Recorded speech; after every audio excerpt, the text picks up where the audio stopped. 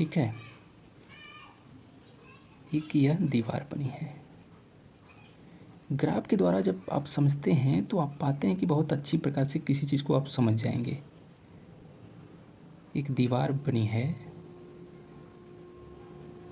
और इसमें ईंटें लगी हैं, ये देख रहे हैं, ये ईंटें हैं। तो अब आप ये समझिए कि जो ईंटें हैं ना, यह इसकी क्या है, यह संरचना बना रही है। इस दीवार की ये ईंटें जो है संरचना बना रही हैं। तो अगर दीवार की आप कहेंगे कि संरचनात्मक इकाई कौन सी है, तो आप ईंट को कहेंगे कि संरचनात्मक इकाई है दीवार की। ठीक इसी प्रकार यदि जब आप मानव के शरीर को देखते हैं तो मानव का शरीर पूरा एक इस तरह से बना रहता है और इसमें जो संरचना पैदा करती है, मतलब जो स्ट्रक्चर बनाता है, यह कोशिका ही बनाता है।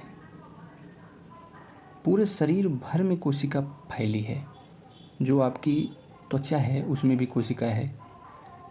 आपके अंदर की जो आमाशय है, अग्नाशय है, जो लीवर है, सब चीज़ कोशिका से बना है।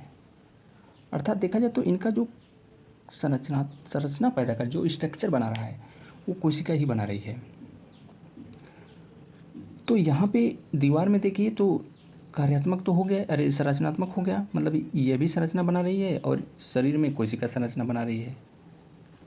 परंतु शरीर में जो देखेंगे ना, अंतर क्या है कोशिका का, कोशिका केवल संरचना ही नहीं बने, इसका स्ट्रक्चर ही नहीं बना रहा है कि कैसा होगा स्ट्रक्चर एक शरीर का, बल्कि वह इसमें कार्य भी कर रही है।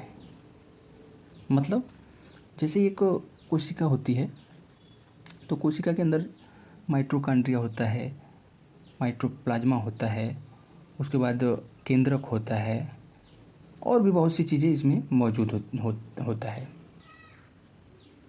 जो शरीर में जो भी काम होता है ना, जैसे किसी भी अंग को बढ़ाना, किसी भी ब्लड में जो है कि उसको विकास करना, किसी भी पानी को लेके इधर से उधर जाना, या भी जो भी कोई काम है, ये सभी कोशिका ही करती है।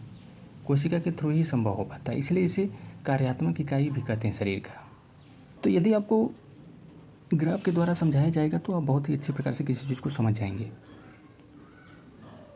यदि आपको पूरा सेल का चैप्टर पढ़ना है तो आप कमेंट में अवश्य लिखिए, हम ग्राफ के द्वारा उसको बेहद आसानी से पढ़ा देंगे। ग्राफ को ध्यान से देखे जाएंगे और पूरा आपको याद हो जाएगा। तो ठीक है, अगले वीडियो में मिलते हैं। धन्यवाद।